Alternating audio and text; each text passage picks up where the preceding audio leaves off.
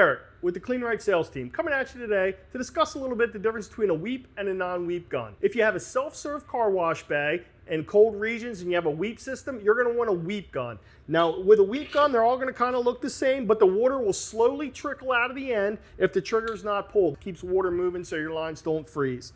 But if you're using a pressure washer or if you're using like an express tunnel in a prep stand, normally those are non-weep guns. I know my customer service department gets several phone calls throughout the month. They'll say, hey, I just bought a gun from you and it's not the correct one. It's not working properly. It's broken. It's leaking.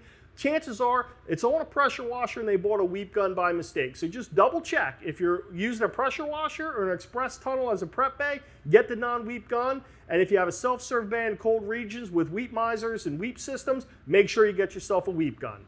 Kleen-Rite.